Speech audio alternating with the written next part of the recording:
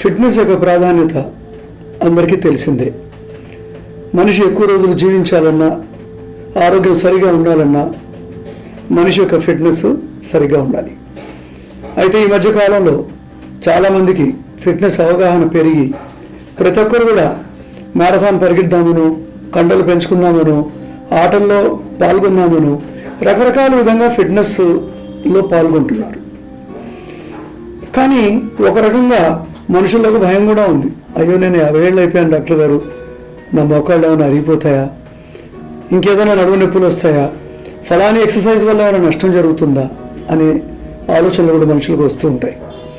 అయితే ఈరోజు మనం వీటి గురించి కొన్ని ముఖ్యమైన విషయాలు తెలుసుకుందాం. మొదటి ప్రశ్న, వయసుకి ఫిట్నెస్లో పాల్గొనడానికి ఏమన్నా కనెక్షన్ ఉందా? నిజానికి చెప్పాలి అంటే ఏమీ లేదు. పాత రోజుల్లో పొలాల్లో పంటలు నాట్లు వేసుకుంటూ రేపు డెలివరీ అవుతుంది అన్నంత వరకు కూడా మనుషులు పనిచేసేవాళ్ళు.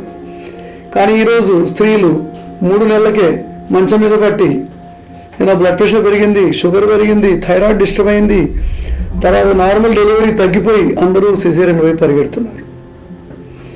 దీనికి కారణము ఆ రోజు స్త్రీకి, ఈరోజు స్త్రీకి కారణము మన జీవితంలో వచ్చేటువంటి మార్పులు. అంటే లైఫ్ స్టైల్లో ఉన్నటువంటి చెడ్డ మార్పులు మనల్ని చాలా వీక్గా చేసేసాయి. That is the reason. కానీ పని వల్ల వచ్చేటువంటి మనకు బెనిఫిట్స్ ఏమీ తగ్గిపోలేదు. రెండవది, వయసుకి వ్యాధికి కొంతవరకు మాత్రమే కనెక్షన్ ఉంది. నిజానికి చెప్పాలంటే వయసు పెరిగిన వాళ్ళందరూ వ్యాధిగ్రస్తులు అవుతారా? ఏమీ కారు. ఎంఎఫ్ హుసేన్ ఉన్నారు, చాలా గొప్ప కళాకారుడు. 94-95 సంవత్సరాల వరకు ఆయన ప్రతిరోజు ఎన్నో గంటలు బొమ్మలు గీసేవాడు. రెండవది, ఫౌజియా సింగ్ ఉన్నాడు, పాకిస్తాన్లో ఉన్నాడు. ఆయన 104 సంవత్సరాలప్పుడు కూడా మంచి మ్యారథాన్ రేస్ని పరిగెత్తగలిగాడు. దీన్ని బట్టి ఏం తెలుస్తుంది? వయసుకి స్పోర్ట్లో పాల్గొనడానికి మీరు హెల్దీగా ఉన్నంత వరకు ఎటువంటి సమస్య లేదు. కానీ చాలామంది ఈ రోజుల్లో 30 ఇయర్స్కే ఒబిసిటీ ఉంటుంది, తమ వయసుకి కంటే ఎక్కువ మోతాదులో ఎక్కువ బరువులో ఉన్నారు. చాలా తక్కువ వయసులోనే హైపర్ టెన్షన్ అంటే అధిక రక్తపీడనం, తర్వాత థైరాయిడ్ గ్రంథి సమస్యలు. అంటే మనము ఎక్స్పైరీ డేట్ కంటే ముందే ఎన్నో వ్యాధులు తెచ్చుకుంటున్నాం. అంటే ఒక కారు 200 సంవత్సరాల తర్వాత కూడా సరిగా నడుస్తుంది, ఇంకో కారు మొదటి సర్వీసింగ్కే దాని డ్రైవ్ షాఫ్ట్ చెడిపోయింది, అది ఇది చెడిపోయింది. అంటే దీనికి కారణం ఏంది? మెయింటెనెన్స్. ఏ మనిషి అయితే చక్కగా తన శరీరాన్ని, ఆరోగ్యాన్ని జాగ్రత్తగా చూసుకుంటాడో ఆ మనిషికి వయసుకి ఫిట్నెస్కి కనెక్షన్ లేదు. నేను కూడా ఇప్పుడు 56 ఏళ్ళు ఉన్నా కూడా నేను 10 కిలోమీటర్స్ పరిగెడతాను, 20 కిలోమీటర్స్ పరిగెడతాను. కానీ మా ఎంతోమంది క్లాస్మేట్లు కొందరు చనిపోయారు కూడా. ఇంకా మనకంటే చాలా తక్కువ వయసులో ఉన్న కుర్రవాళ్ళు కూడా 10 కిలోమీటర్లు నడవలేడు, మోటార్ సైకిల్ పోతేనే అలసిపోతున్నాడు. ఇది వారికి గొప్పతనం లేక నాకు గొప్పతనం వచ్చి కాదు. ఒక మనిషి శరీరాన్ని జాగ్రత్తగా చూసుకున్నాడు, ఇంకో మనిషి చూసుకోలేదు. వయసుతో ఫిట్నెస్కి సంబంధం అనేది కేవలం మీరు శరీరాన్ని కాపాడుకునే పద్ధతి మీద డిపెండ్ ఉంది. మనం ఇంకొంతమందిని పరిశీలిద్దాం. చాలా గొప్ప మంది సినిమా యాక్టర్స్ ఉన్నారు. అన్నిటికంటే చాలా గొప్ప హిందీ యాక్టర్ గుర్తుందా మీకు? దేవానంద్, తలకాయలో ఊపేవాడు, మంచి గొప్ప గొప్ప సినిమాలు. ఆయన 85 ఏళ్ళు దాటే వరకు కూడా ఎవరికైనా వయసు తెలియదు. ఎందుకు? ఆయన తరచుగా ఎక్సర్సైజ్ చేసేవాడు, పొద్దున్నే 7:30కి టిఫిన్ తినేవాడు. అనవసరమైన విషయాల్లో ఆయనకి ఎప్పుడు కాంట్రవర్సీలో లేడు. ఎవరు డైరెక్టర్లతో కొట్లాడడము, డబ్బు విషయాల్లో ఫైటింగ్ చేయడము. అంటే ఆయన ఒక మంచి సామాన్యమైన ఆహ్లాదకరమైన జీవితాన్ని గడుపుతూ తన ఫిట్నెస్ని ఎంతో వయసు మీరినా కూడా మెయింటైన్ చేశాడు. ఇప్పుడు కూడా మన సినిమా ఇండస్ట్రీలో కూడా అక్కినేని గారు ఉన్నారు. ఆయన డిసిప్లిన్ మీకు తెలియదేమీ లేదు. తోట పని చేసేవాళ్ళు, కవిత్వం రాసేవాళ్ళు, ప్రతిరోజు వ్యాయామం చేసేవాళ్ళు, ఫ్యామిలీ గొడవలు ఇదేంటి కూడా చక్కగా ఒక మంచి పీస్ఫుల్ మనిషిలాగా ఆయన వయసు బాగా మీరిన తర్వాత కూడా సినిమాలో యాక్ట్ చేశాడు. అంటే తనకు గుండెలో ఉన్నటువంటి ప్యాషన్ని ఆయన ఎప్పుడు మర్చిపోలేదు. ఇలాంటి మన జీవితంలో ఎంతోమంది ఎగ్జాంపుల్స్ ఉన్నారు.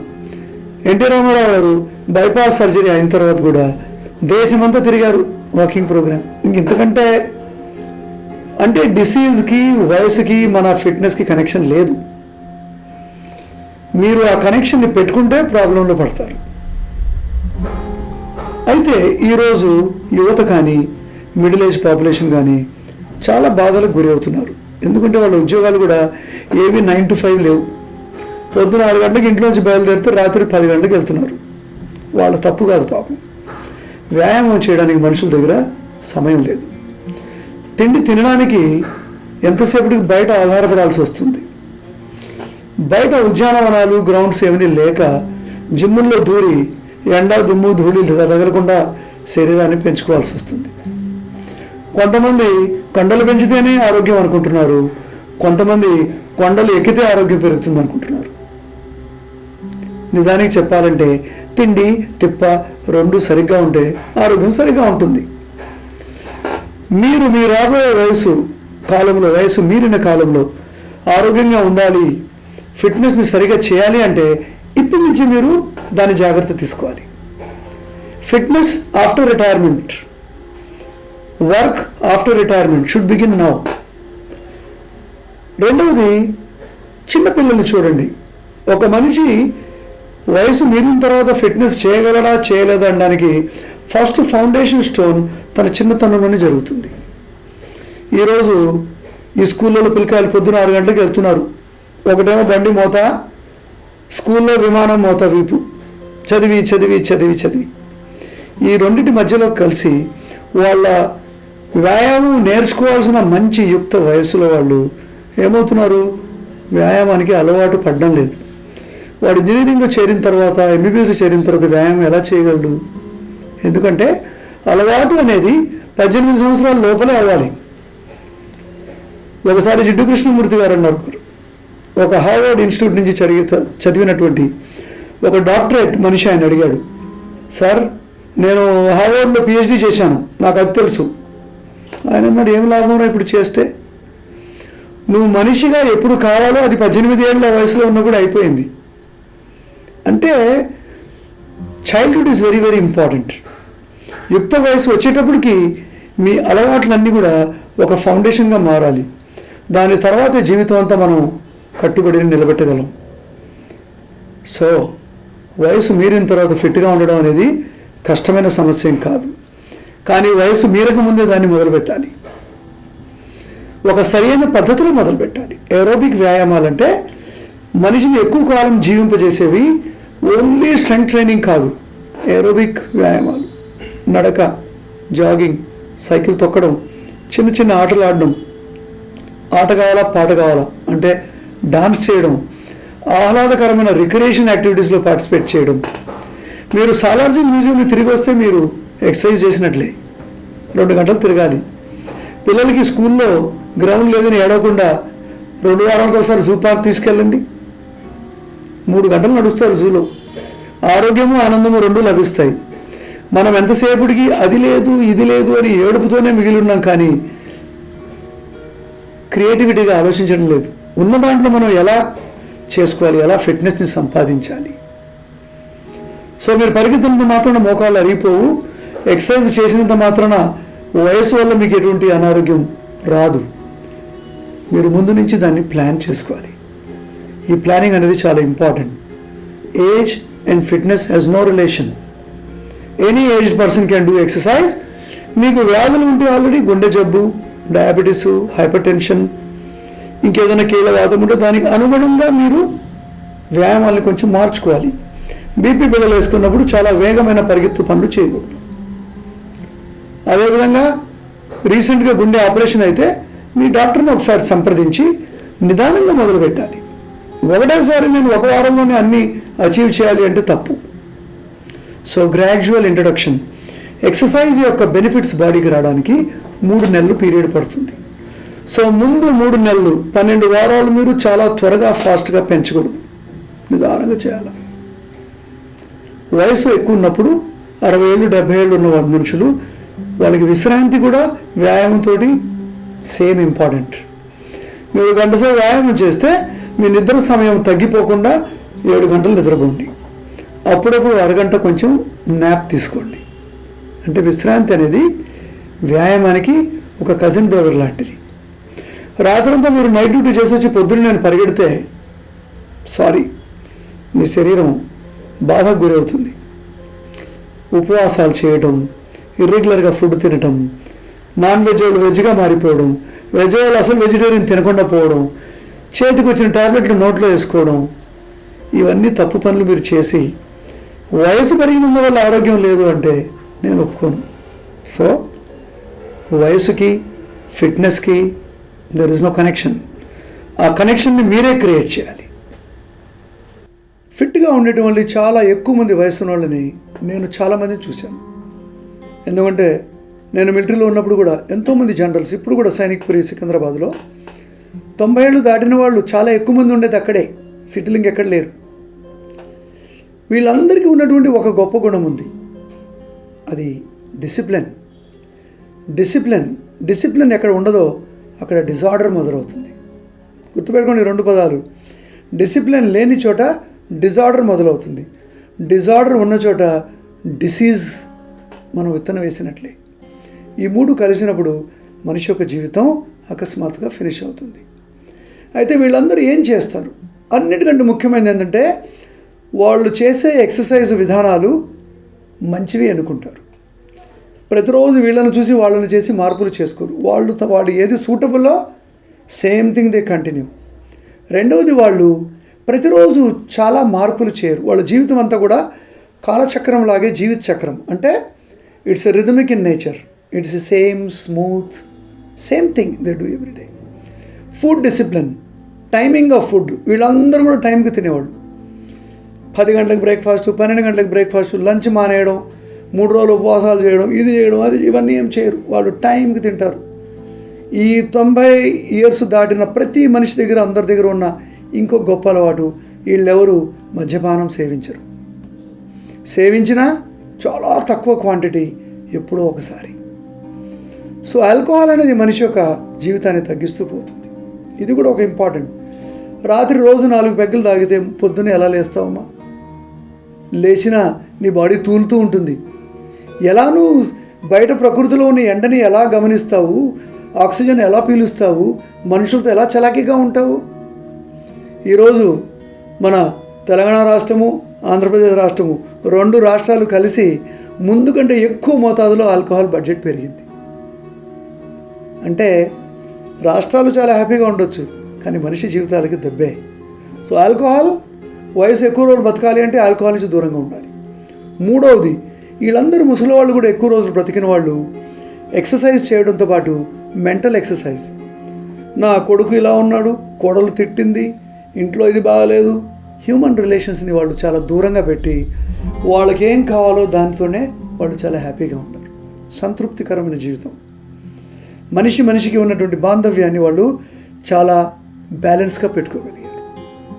మీరు అందరూ అనుకుంటున్న ఫిట్నెస్ అంటే ఓన్లీ ఎక్సర్సైజే కాదు. Emotional fitness, mental fitness, physical fitness, your discipline it self as a fitness. So అందరూ వయసు మీరిన వాళ్ళు ఎక్కువ రోజులు బతకడానికి ముఖ్యమైన కారణం రెగ్యులర్గా ఎక్సర్సైజ్ చేయడము, ఆహార నియమాలు సరిగ్గా ఉండడము, మద్యం, స్మోకింగ్ నుంచి దూరంగా ఉండడము, మనుషుల మధ్య ఉన్నటువంటి సంబంధాల్ని చాలా చక్కగా బ్యాలెన్స్ చేయడము, తర్వాత పాజిటివ్ లైఫ్. వీలైతే నీ దగ్గర ఉంటే కొంచెం ఇవ్వు, కానీ ఎంతసేపు నాకు ఇవ్వు అనేటువంటి కోరికని మనుషులు ఎవరైతే ఇస్తారో వాళ్ళకు దొరుకుతాయి కూడా. When you give you get, but you want to get all the time, who will give you? You will also get diseases, obesity, heart disease, cancer.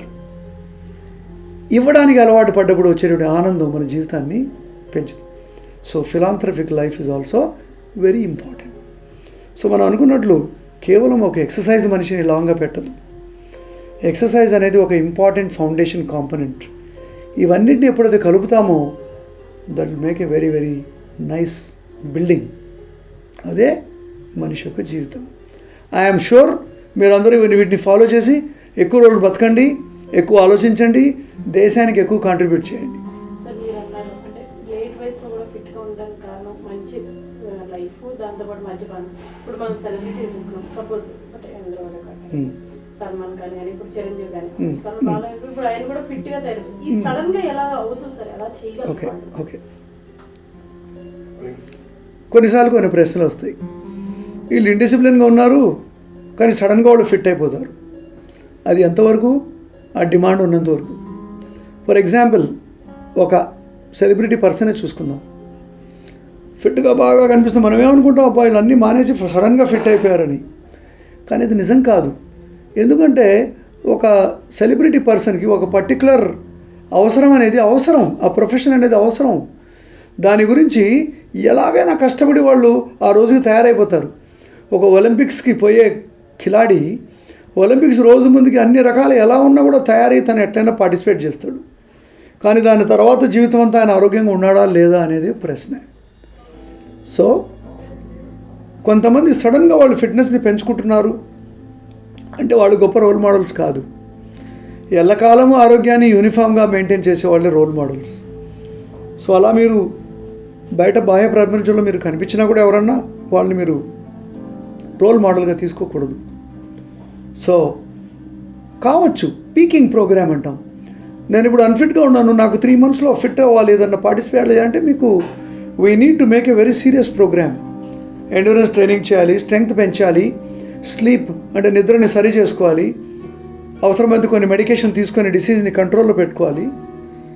ఇవన్నీ emergency packages. Emergency package is not a regular program. So దాన్ని చూసి మీరు ఎప్పుడు కూడా చలించొద్దు. So long time డిసిప్లిన్గా ఉండేదే సరైన లైఫ్.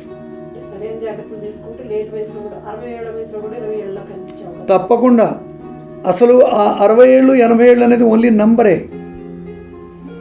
వయస్సు అనేది నంబర్స్లో లేదు. వయసు అనేది మనసులో ఉంది. మనసు సరిగా ఉంటే మేము చేయాల్సిన పనులన్నీ సరిగా చేస్తాం. మనిషి అలాగే చేస్తూ ఉంటే బతుకుతూ ఉంటాడు. మీరు అలా ఇంటి ముందు కూర్చొని ఓన్లీ టీవీ చూస్తూ అలా కాలం గడుపుతామంటే కాలం అయిపోతుంది. So planning, work, contribution, discipline, ఇవన్నీ హ్యూమన్ వర్చ్యూస్. ఒక మనిషి స్వచ్ఛతకి ఇవన్నీ కారణం. తప్పకుండా ఫిట్గా ఉన్నారు, ఎక్కువ రోజులు బతికాడు అంటే ఏ కారణం లేకుండా బ్రతకడు. నేను మీకు ఒక చిన్న ఎగ్జాంపుల్ చెప్తాను. చేపలు పట్టేవాళ్ళు ఒక 10 మంది ముసలోళ్ళని చూశాను నేను ఈ మధ్యకాలంలో. వాళ్ళందరూ 78 సంవత్సరాల కంటే ఎక్కువ ఉన్నవాళ్ళు. వాళ్ళందరికీ డయాబెటీస్ లేదు, బీపీ లేదు, ఇంకేం జబ్బు లేదు. వాళ్ళకు ఉన్నదంతా కంటి ప్రాబ్లమే. ఎందుకంటే ఈ జాలరులు అందరూ కూడా బోట్స్ మీద ఎక్కువగా సముద్రం మీద తిరిగినప్పుడు అల్ట్రావైలెట్ కిరణాలు ఎండ వల్ల కళ్ళు చాలామందికి దెబ్బతింటాయి. అవి అనేది ప్రొఫెషనల్ హజార్డ్, అది అంతే వృత్తి సంబంధమైన సమస్య. కానీ వీళ్ళందరి దగ్గర జబ్బులు ఎందుకు లేవంటే వాళ్ళు చాలా శ్రమిస్తారు. పొద్దున గంజానం తింటారు, చేపలు తింటారు, హాయిగా ఉంటారు, ఎంజాయ్ చేస్తారు, అంటే సంతృప్తికరంగా బతుకుతారు. వయస్సు మీరి యవ్వనంతో ఉండాలి అంటే 60 కానీ 20 కానీ డిసిప్లిన్ ఇస్ ద ఆన్సర్. మోకాళ్ళు అనేవి మన జీవితంలో చాలా ప్రధాన పాత్రను వహిస్తాయి. మోకాళ్ళు ఆరోగ్యంగా ఉంటే మనం అన్ని పనులు సక్రమంగా చేసుకోవచ్చు. అన్ని వయసుల వాళ్ళు చేయదగ్గ ఈ మోకాళ్ళ వ్యాయామం చాలా ముఖ్యమైనది. చూడండి, ఎక్కడైనా ఈ విధంగా పడుకొని నిదానంగా ఒక కాలుని ఒక 45 డిగ్రీల యాంగిల్ వరకు గాలిలో లేపి అలాగే ఉంచి 1 నుంచి 6 వరకు లెక్క పెట్టవచ్చు. 1, 2, 3, 4, 5, 6 అలా నిదానంగా కాలుని భూమి మీద పెట్టాలి. 2 కాళ్ళు ఎప్పుడు లేపకూడదు. ఈ విధంగా ప్రతిసారి ఒక్కొక్క కాలుని మాత్రమే లేపి 5 నుంచి 10 సార్లు వరకు ఈ వ్యాయామాన్ని చేయొచ్చు.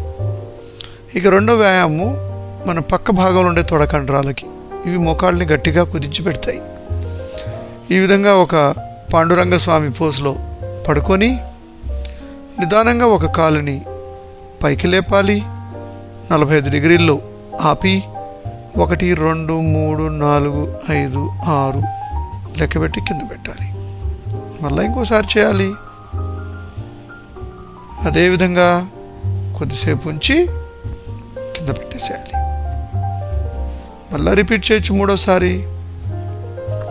మళ్ళీ తిరిగి ఈ విధంగా 3 సార్లు అయిపోగానే మనం వేరే పక్క భాగం వేరే కాలు కూడా చేయాలి. ఎందుకంటే ఒకటే వైపు చేస్తుంటే కండరాలు అలసిపోతాయి. ఇప్పుడు జాగ్రత్తగా చూసి శరీరాన్ని స్టేబుల్గా పెట్టి మళ్ళీ అదేవిధంగా కుడి కాలు కూడా చేయాలి. ఎప్పుడు కూడా లేపినప్పుడు ఏదో ఒక సంఖ్య 1 నుంచి 6 వరకు, 1 నుంచి 4 వరకు ఈ విధంగా మనం గుర్తుపెట్టుకుంటే ప్రతిసారి కూడా సేమ్ డ్యూరేషన్ మన కాల్ని పెట్టచ్చు. కానీ ప్రతి 3 సార్లకి తిరగడం మాత్రం మర్చిపోవద్దు. ఇక మూడో వ్యాయామం, పూర్తిగా కడుపు మీద పడుకోండి. పొట్ట పెద్దగా ఉన్నవాళ్ళు చేతుల్ని మనం ఫేస్ కింద పెట్టుకోవచ్చు, చిన్ కింద. ఈ విధంగా మోకాల్ని మడవకుండా స్ట్రైట్గా కాల్ని లేపి 1 2 3 4 5 6 డౌన్. ఎప్పుడు కూడా 2 కాళ్ళు ఒకటేసారి లేపకూడదు. ఈ ఎక్సర్సైజులు అవుట్డోర్లో కూడా ఎక్కడైనా చేయొచ్చు. చూడండి, అమ్మాయి రైల్వే స్టేషన్లో చేస్తుంది.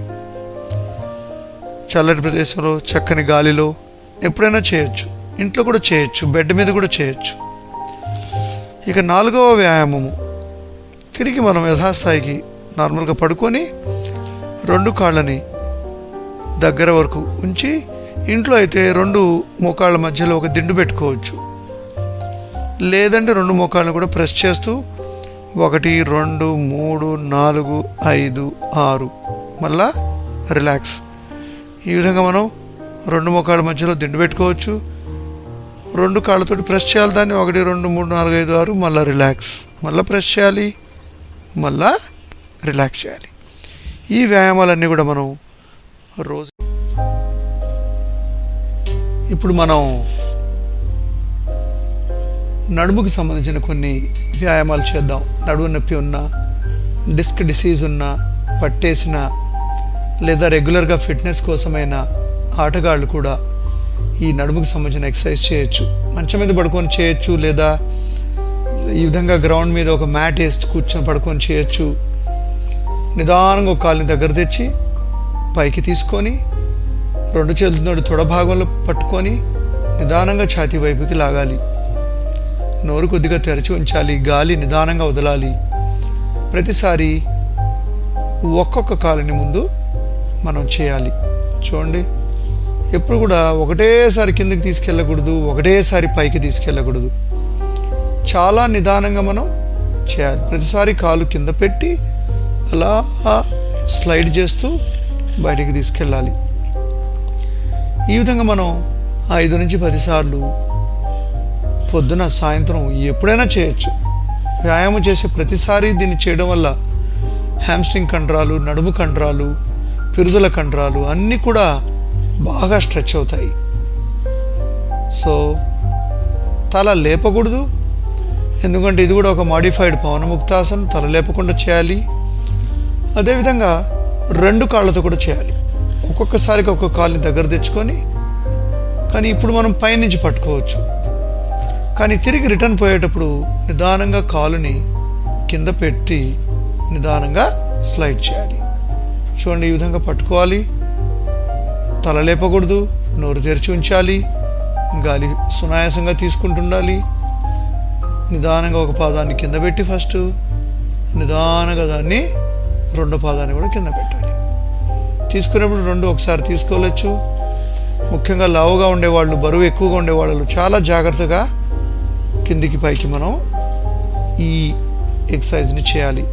చూడండి, ఈ విధంగా కిందికి పోయేటప్పుడు కొంచెం జాగ్రత్త వహించాలి. సో ఇది 2వ ఎక్సర్సైజు. ముందు సింగిల్ లెగ్, తర్వాత డబుల్ లెగ్, తర్వాత 3వది ట్విస్ట్. ఈ విధంగా అలాగే మడిచున్న కాళ్ళని అలాగే పెట్టి ఒక చేయిని బాడీకి అక్రాస్గా చేసి, ఏ చెయ్యి మనం ముందు కడుపు మీద పెట్టామో అదే వైపు 2 మోకాళ్ళని నిదానంగా భూమి వైపు వంచాలి. పూర్తిగా నేలకు తగలాల్సిన అవసరం లేదు. ఇలా మనం తిరిగి ఆ చేత్తో కూడా ఈ విధంగా క్రాస్ చేసి స్లోలీ అటువైపు చేయాలి. సో పొరపాటున ఈ వైపు చేయకూడదు. చూశారు కదా, మనం ఈ ఎక్సర్సైజ్ ఎక్కడైనా చేయొచ్చు. రోడ్డు వైపు, ప్లాట్ఫామ్ మీద, ఇంట్లో బెడ్ మీద, నేల మీద. సో తిరిగి నిదానంగా చేతులు మారుస్తూ తల అటు ఇటు తిప్పకూడదు, పైన ఉన్న శరీరం అటు ఇటు తిప్పకూడదు. నిదానంగా మన లోవర్ లిమ్స్, మన కాళ్ళు, తొడలు, కాళ్ళు మాత్రమే వాటిని తిప్పాలి. ఈ విధంగా ట్విస్టింగ్ చేయొచ్చు. ఈ 3 ఎక్సర్సైజ్ కూడా నొప్పి లేకుండా చేయాలి. మరీ వెంటనే తినగానే చేయాల్సిన అవసరం లేదు. పొద్దున సాయంత్రం ఎప్పుడైనా చేయొచ్చు. 5 నుంచి 10 సార్లు చేయొచ్చు. నిదానంగా పెంచుకుంటూ పోవచ్చు. సో ఈ విధానంగా ఎక్సర్సైజ్ అయిపోయిన తర్వాత మనం లేచేటప్పుడు పక్కకు తిరిగి నిదానంగా బెడ్ సాయం కానీ భూమి సాయంతో తీసుకుంటూ మెడ అనేది చాలా ముఖ్యమైన భాగం శరీరంలో. మెడ చుట్టూ చేసే వ్యాయామాలు చాలా జాగ్రత్తగా చేయాలి. మెడ నొప్పి అనేది చాలా మందికి తరచుగా అవుతూ ఉంటుంది. డిస్క్ ప్రొలాప్స్ ఉన్నా, మెడ నొప్పి ఉన్నా, ఏ కారణంగా ఉన్నా కూడా నిదానమైన వ్యాయామాలు ఎప్పుడు చేయొచ్చు.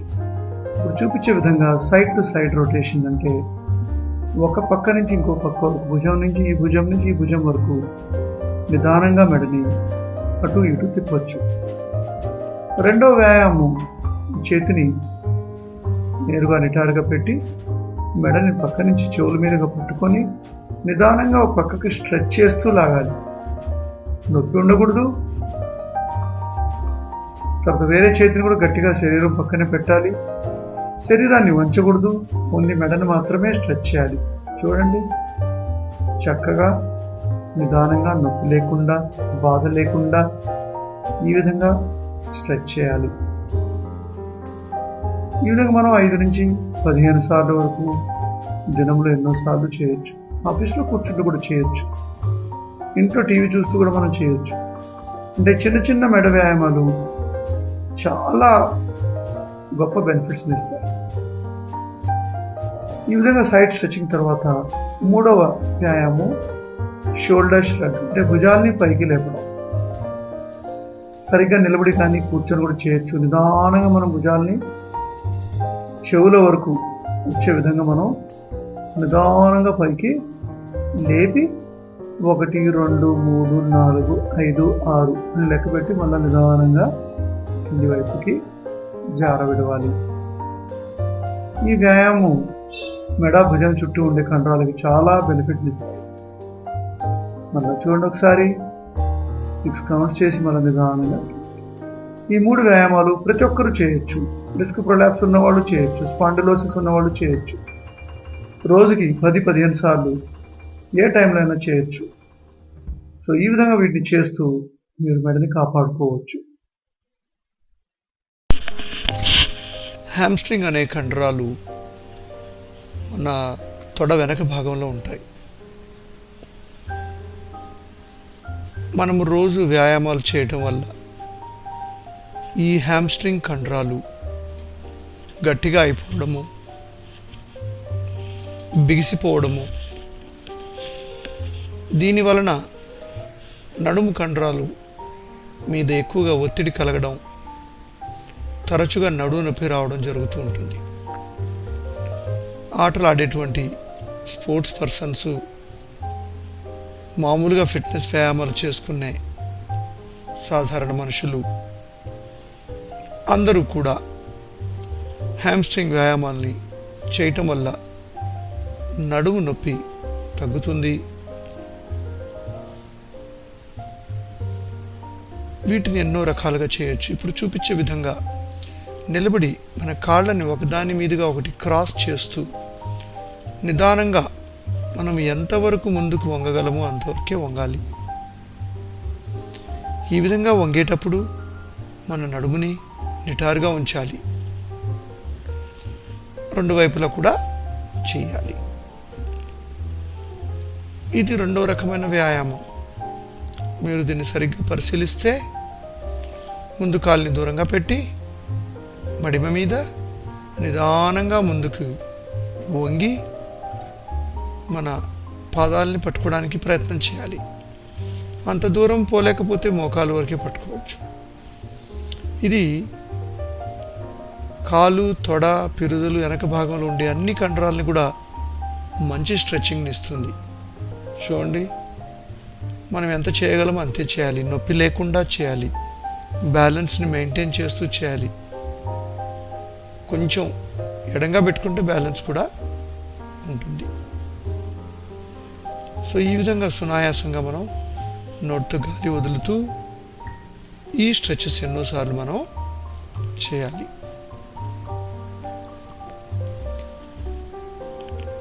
మూడో విధానమైన హ్యామ్స్ట్రింగ్ మనం ఎక్కడైనా చేయొచ్చు. చూడండి, ఈ అమ్మాయి రైల్వే ప్లాట్ఫామ్ మీద చేస్తుంది. మనం ఎంత ఎత్తు కాలు లేపగలమో అంతే ఎత్తు మాత్రమే లేపాలి.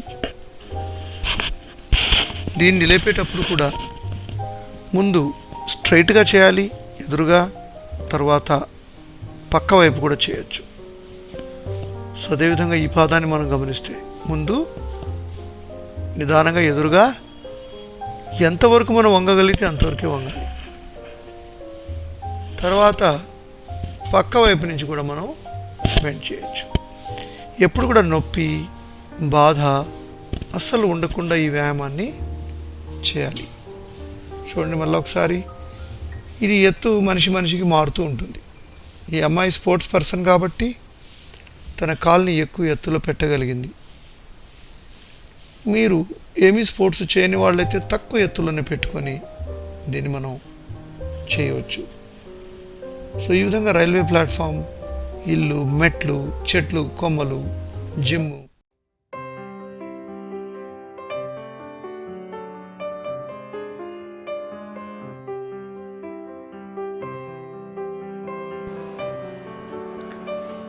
बाइसेप्स बहुत इंपॉर्टेंट मसल है सब लोगों के लिए.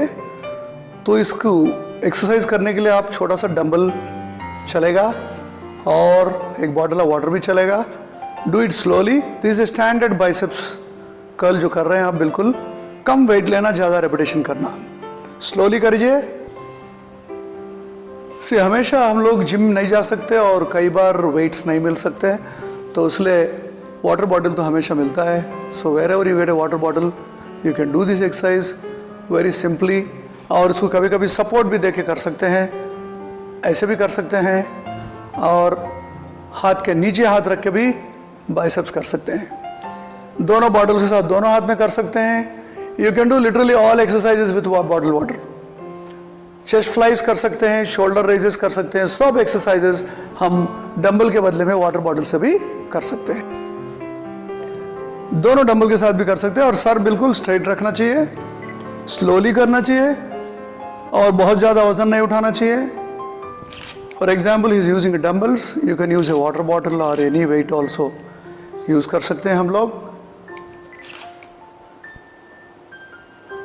ट्राइसेप्स बहुत इंपॉर्टेंट है. ट्राइसेप्स एक्सटेंशन, सर थोड़ा सा स्ट्रेट रखना चाहिए हमेशा, और डंबल बिल्कुल ऊपर तक आप इसको स्लोली उठाना चाहिए. दूसरे हाथ से हेल्प भी ले सकते हैं उसको.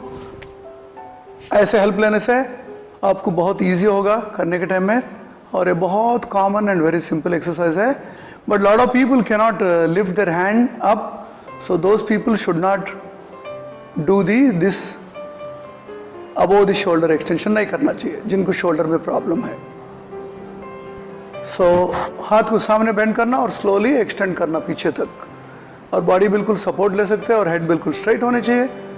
और ये है ट्राइसेप्स एक्सटेंशन स्टैंडिंग पोजीशन में. और ये भी बहुत अच्छी एक्सरसाइज है. छोटी किताब लेके कर सकते हैं, वाटर बॉटल से कर सकते हैं, और कभी भी कर सकते हैं. There is no restriction. Chest flies बहुत इंपॉर्टेंट एक्सरसाइज है. It strengthens your pectoral muscles and biceps, deltoid और अपर बैक मसल सबको करता है. तो इसको बिल्कुल कम वेट से लेते हुए चेस्ट के सामने लाना चाहिए, और बिल्कुल धीरे धीरे से दोनों हाथों से खोल के सांस छोड़ना चाहिए. बाहर जाने के टाइम में, नजदीक आने के टाइम में सांस लेना चाहिए. Hi, today I am going to tell you very very important things about our foot and footwear. All humans have very soft feet. We don't have a cornified sole. Neither we have a hoofs like any other animal. We have very soft feet. But why do we need footwear? We need footwear because we have soft feet. And secondly, we have been wearing footwear since childhood. For example, a lot of tribal population, they don't wear footwear. They have been walking on ground, thorny places, irregular surfaces, and slowly their feet become very hard. And the lowermost sole, the whole surface gets very hardened, almost impermeable for any thorn. But not the same case with us. We have made our feet very soft. And we have been doing a lot of activities. We walk, run, jog, climb. So many things we do. So definitely we need footwear. Now, what are the parts in a footwear? If you see carefully, it has a forefoot. That means the front portion of the foot. And you have a arch, support. We call it a bridge. This is a bridge. Arch support. Why? Because our foot does not have a strong arch support. It needs support. That's why footwear should have a arch support or a bridge. And we do need a definite heel. Human foot needs a heel. You cannot be without heel. It is a myth that population believes that heel should not be worn. So you have also a body of the footwear sufficiently suitable to hold your ankle in your foot, and you have laces so that sufficiently you can tie, and you do have air vents. When you tie like this, you have a small pores through which air circulates in your foot. When we exercise, foot becomes slightly thicker, warm, sometimes sweats. It needs a circulation of air. A lot of footwear today have air vents, small little tiny holes. So this is the need of a footwear. Now let us look at this slide where footprints are very clear. If foot is overpronated, you will find a flat arch, medium arch, could be neutral, and very high arch foot. We may have a higher supination. These kind of feet need a special correction. So when you choose a footwear, you have to be very careful. Choose a suitable footwear. And this brown PT shoe, very commonly used in Indian Armed Forces, not suitable for long distance running or serious running. They are good for physical training. And soft surfaces like indoor stadia need different shoe. Cross training shoes like this are very useful for all surfaces. And cross training shoes, sometimes you have to use for trekking, then you have to go for a trekking shoe. Badminton shoes are different sole, and multi-purpose shoe like this cycle, run, and sprinting shoes will have spikes. Cycling shoes have rigid sole, and football shoes have soft spikes. Basketball very special. A lot of people believe that heel is bad for foot. It is purely a myth, because human foot needs some amount of heel as a support. Otherwise, most people get a heel pain, ankle pain, leg pain, and so many pains. But if you go to market today, people don't have many footwear which have a proper amount of heel. Actually, it's a misinterpretation from English to Indian languages. Yes, very high heel, more than 1.5 inch of a heel, can cause a lot of problems in the biomechanics of the human body. That means you may have an ankle strain, especially there is a stretch on the anterior tibialis and peroneal muscles, that is the front muscles, and the posterior muscle, that is a tibialis posterior and tendo achilis, they get kinked up. So you are creating an imbalance with a very high heel. So you need, definitely every footwear has to be moderate heel. Now let us examine the slipper, a bathroom slipper we call it. This is an average slipper. With a great difficulty I found this in the market with a moderate heel. If you can see carefully, this is a very thin heel in the sole, and slowly very marginal. I feel if I have a slightly more than this, it will be much better.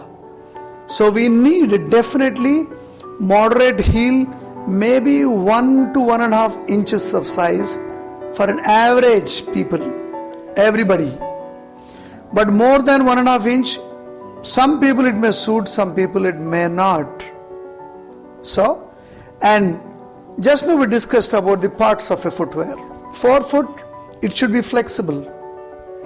Second, you should have a arch support. This slipper doesn't have. Take at least, choose a slipper or a footwear or a sandal should have a moderate amount of arch support. If it is soft, it puts a lot of pressure on the arch of the foot. So all the metatarsophalangeal joints get weak and stretched. Even the small little ligaments there between these bones, they also get overstretched. And always look at a wear and tear of the heel. You look at like this, thickness from this and this, you'll easily make out whether there is some wear and tear. Lot of people have wear and tear on one side of the foot. That is the indication you must change.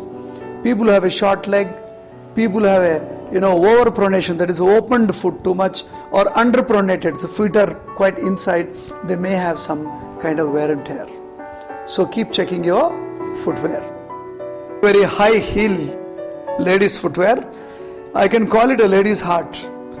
Yeah, people who are short, people who want to show off, and people who go for dancing, where you increase your poise by raising your posture and looking tall.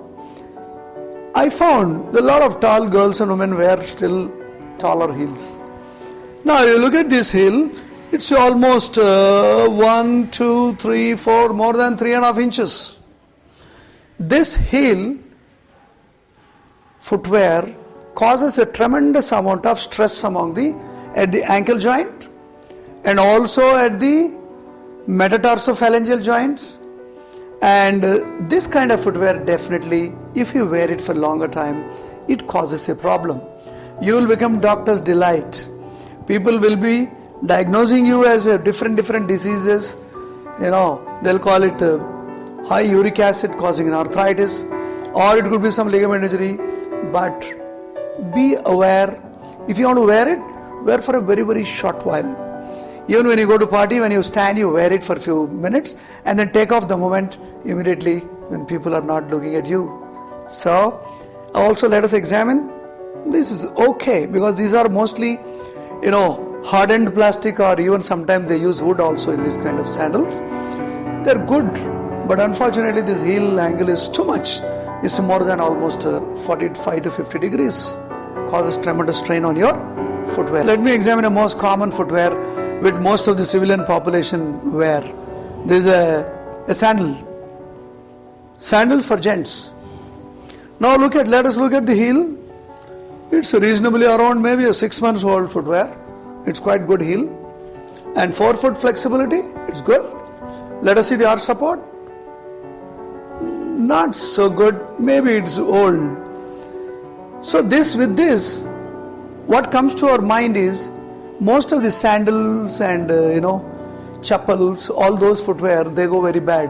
They may look very nice, but their tensile strength in the arch goes very faster. So you need to change them quite often. Keep checking your footwear. It's very easy to check your footwear. Put your thumb under the sole, especially mid part of the foot, and try to bend. It should not bend, it should be hard.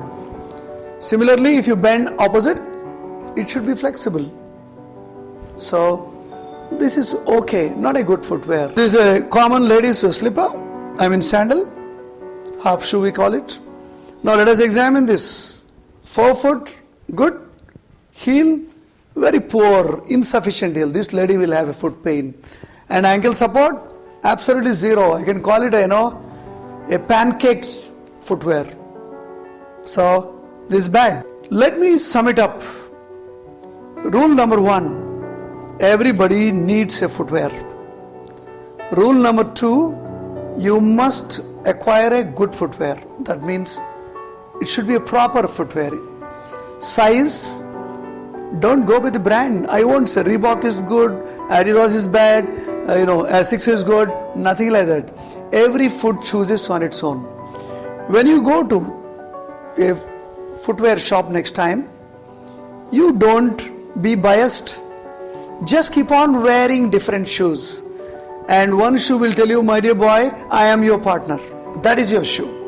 and every time when you buy, same shoe buy. So branding is based on your suitability. Number 2, ideally check for your forefoot and also purpose. Now this is if you look at the sole, small granules in a regular pattern, it's a kind of a jogging shoe. If you want to choose a shoe for a running, for example, if you shoe, this is probably a kind of again a jogger shoe. Running shoe and cross training shoes, you'll find the sole has different pieces, big pieces sole. So when you put your more weight on your floor, one of the sole pieces takes the whole load of your weight. That's the intention. Lot of gel technologies make your shoe soles very tight. This is a very good shoe. This bends this side easily, but on the sole doesn't bend. Very strong shoe. And forefoot and the size. Be careful, some shoes may not show the heel outside, but they may have inner heel. Almost every sports footwear has sufficient heel. And you do take care, different sports demand different type of shoes. Tennis shoes are different, badminton shoes are different, cycling shoes have almost a strong metal plate in the shoe footwear, and common walkers and elderly people should pay attention. Last but most important, you may be thinking, my daughter has brought this shoe from US, almost 2 years I didn't use it, I can use it today. You're wrong. Shoe has a shelf life of 1 year to 1.5 years maximum, because every footwear has a shelf life, every material has a shelf life. If you want to use it continuously, then you will be compromising on your foot and ankle and knee and other parts of your body. So mind it, change every 1 to 1.5 year of footwear. Be careful when you buy, and you're most welcome to contact me whenever you have a lot of problems in the footwear, flat feet, over pronated feet, under pronated feet, club feet, and sometimes hallus valgus in your toes.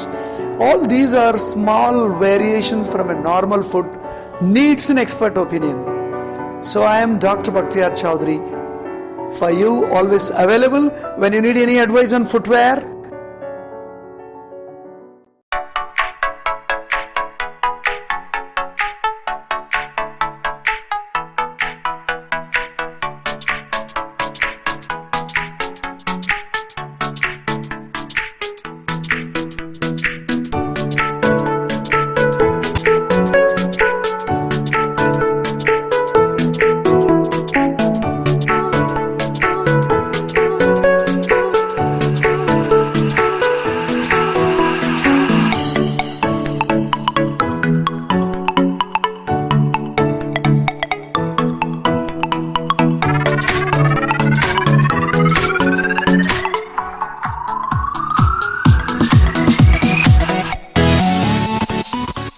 ఆదిదేవ నమస్తుభ్యం, ప్రసీద మమ భాస్కర, దివాకర నమస్తుభ్యం, ప్రభాకర నమోస్తుతే. అంటే సూర్యుడు ఆదిదేవుడని, ప్రత్యక్ష నారాయణుడని, ప్రభాత కిరణాల ద్వారా సకల చరాచర జీవరాశులను వృద్ధిని ఇచ్చేవాడని ఋషులు పురాణాల్లో చెప్పారు. మనిషితో సహా ఈ సృష్టిలోని సకల జీవరాశులన్నీ సూర్యరశ్మితోనే బ్రతుకుతున్నాయి, మనుగడ సాగిస్తున్నాయి. అదెలా అంటే, సూర్యకిరణాల ద్వారా మనిషి మనుగడకు అవసరమైన డి విటమిన్ సమృద్ధిగా లభిస్తుంది.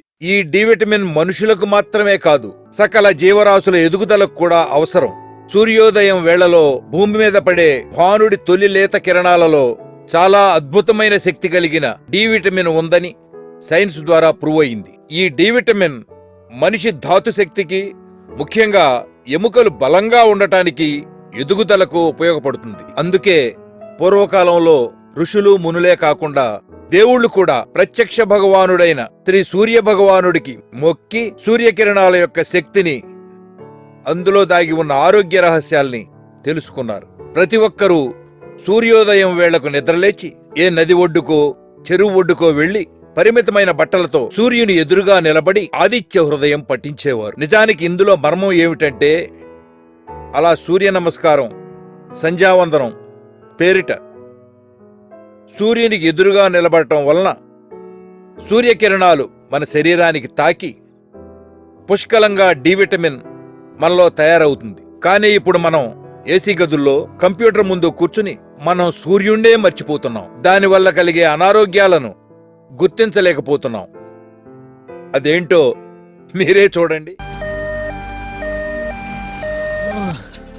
అబ్బా నొప్పి నొప్పి అమ్మా అబ్బా.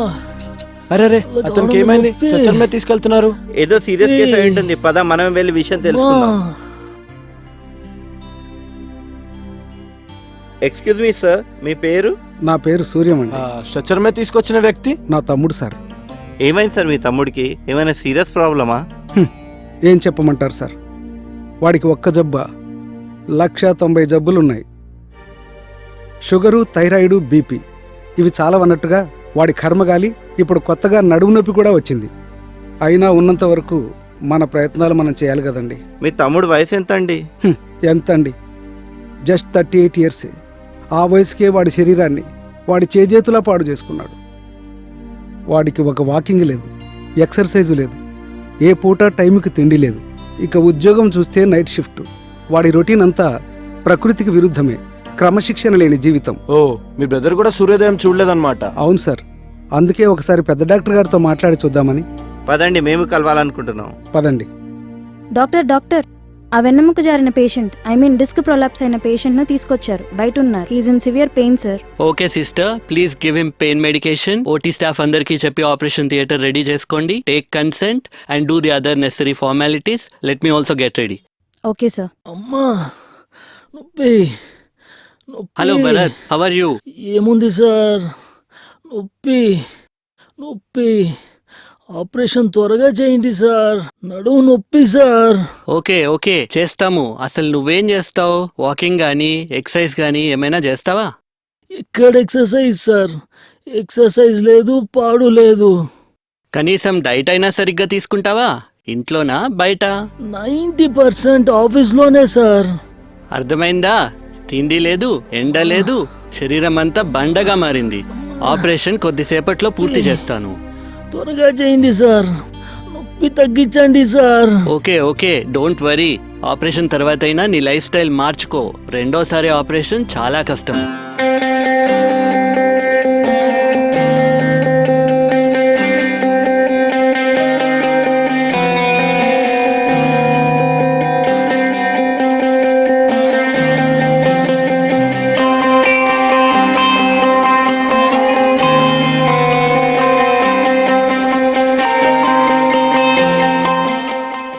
నమస్తే డాక్టర్ గారు. నమస్తే. రండి. నమస్కారం. నమస్తే సార్. కూర్చోండి please. Thank you sir. Sir నా పేరు రఘు, ఇతను నా ఫ్రెండ్ రవి. ఇప్పుడే ఐసీయూలోకి తీసుకెళ్లిన పేషెంట్ బ్రదర్. ఐసీ, చెప్పండి. డాక్టర్ గారు, మాకు కొన్ని సందేహాలున్నాయండి. వాటిని క్లారిఫై చేసుకుందామని మీ దగ్గరికి వచ్చాం. మీరేం అడగాలనుకుంటున్నారో నాకు అర్థమైంది. చిన్న వయసులో ఉన్నవాళ్ళు రకరకాల వ్యాధులతో ఎందుకు బాధపడుతున్నారనే కదా. మేము కూడా ఈ రోజుల్లో చాలా మంది చిన్న వయసులో ఉన్న వాళ్ళని చూస్తున్నాము. This is very unfortunate.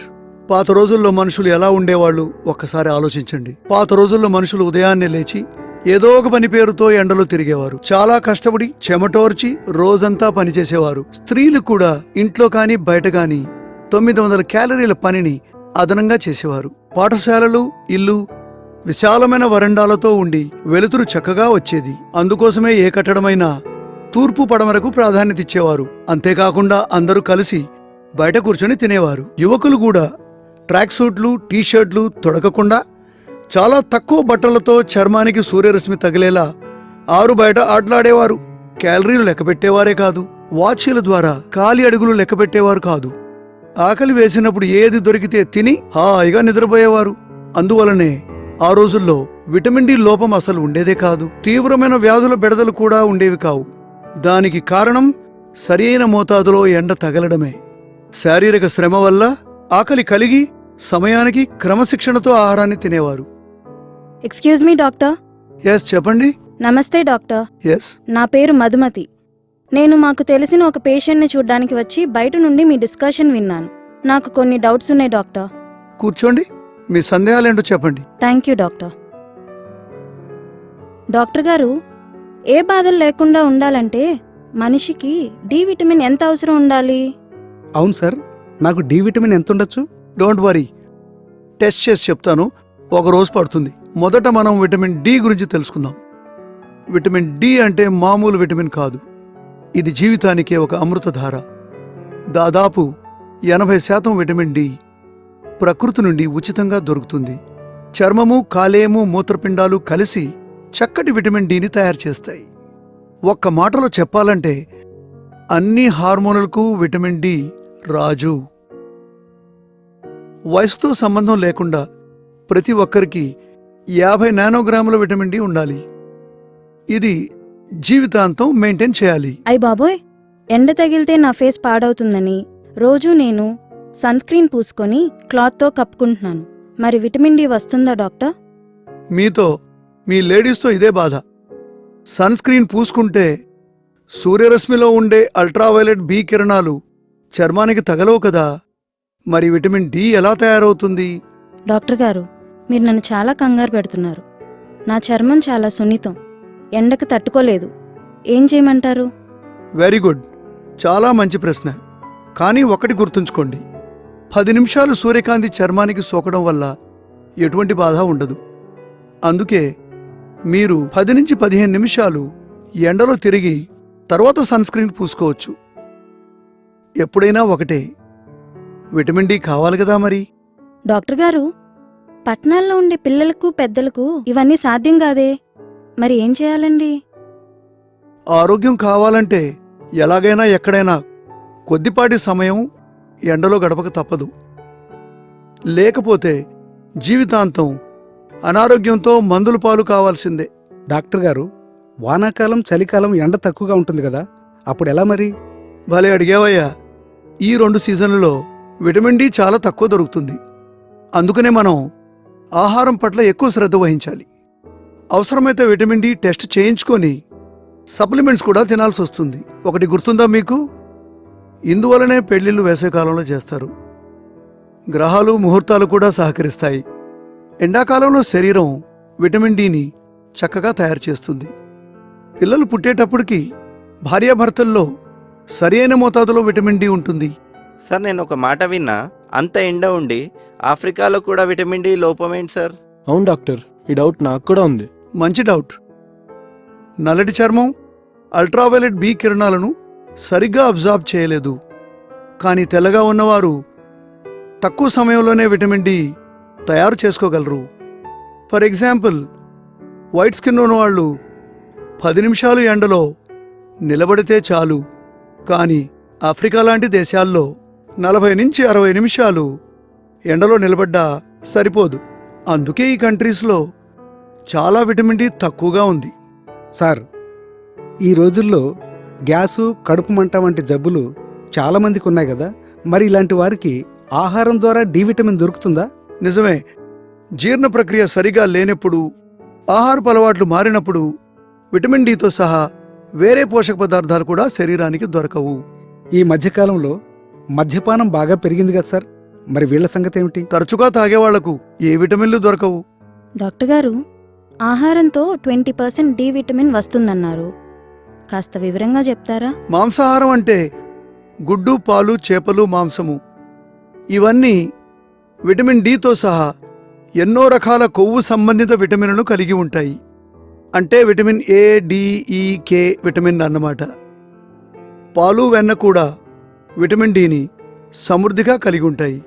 అంతేకాకుండా క్రమశిక్షణ లేని శాకాహారులు, పాలు పదార్థాలు తిననివారు పోషక లోపాలకు గురి అవుతారు. వీటన్నింటినీ అధిగమించేది, ప్రకృతి నుంచి దొరికేది విటమిన్ డి. థాంక్స్ డాక్టర్ గారు, చాలా మంచి విషయాలు చెప్పారు. Yo welcome. విటమిన్ డి నిజానికి ఆరోగ్యానికి అమృతం లాంటిది. ప్రతి ఒక్కరూ జీవితాంతం సరైన మోతాదులో వారి శరీరంలో విటమిన్ డి ఉండేలా నియంత్రించుకోవాలి. క్యాన్సర్, డయాబెటిస్, థైరాయిడ్, నొప్పితో కూడిన వ్యాధులు ఉన్నవాళ్లలో విటమిన్ డి లోపం అధికంగా ఉంటుంది. అందువలన వీరికి ఎక్కువ మోతాదులో సప్లిమెంట్ ఇవ్వాలి. ఎండవేడిని తట్టుకోగలిగిన ఏ సమయంలోనైనా కనీసం 10 నుండి 40 నిమిషాలు సూర్యరశ్మి మీ శరీరాన్ని సోకేలా చూడాలి. ఆహారపు అలవాట్లలో మాంసాహారులు తప్పకుండా గుడ్డు, పాలు, చేపలు, మాంసం తినాలి. అదేవిధంగా శాకాహారులు సరైన మోతాదులో పాలు, పాల పదార్థాలు తీసుకోవాలి. ఆఫీసుల్లో పనిచేసేవారు, కార్పొరేట్ పాఠశాలల్లో చదివే పిల్లలు వీలైనప్పుడు తప్పకుండా కొద్ది నిమిషాలైనా చర్మానికి ఎండ తగిలేలా ఎండలో తిరగాలి. సంవత్సరంలో ఒకసారైనా మీ విటమిన్ డి విలువలు చెక్ చేసుకుని సరైన నివారణ పద్ధతులు పాటించాలి. అందువలన సూర్యుని యొక్క ప్రభావాన్ని, సూర్యకిరణాల శక్తిని ప్రతి ఒక్కరూ తెలుసుకుని తద్వారా లభించే డి విటమిన్ విలువను గ్రహించి తమ జీవితాలను రోగరహితమైన జీవితాలుగా మలచుకోవాలి. విటమిన్ డి గురించి శ్రద్ధ తీసుకోండి, అది మీ ఆరోగ్యం గురించి శ్రద్ధ తీసుకుంటుంది. సర్వే జనాః సుఖినో భవ.